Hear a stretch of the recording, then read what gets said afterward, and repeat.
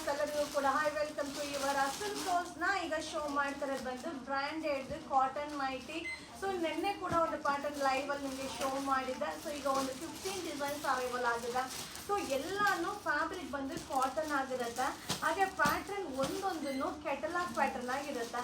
Same repeated ಯಾವುದು ಇರೋದಿಲ್ಲ. ಎಲ್ಲ ಪ್ಯಾಟರ್ನ್ ಬೇರೆ ಬೇರೆ ಯಾವುದು ಸಿಕ್ಕೋದು ತಗೊಳ್ಳಿ. ಬಟ್ ಸೂಪರ್ ಆಗಿದೆ.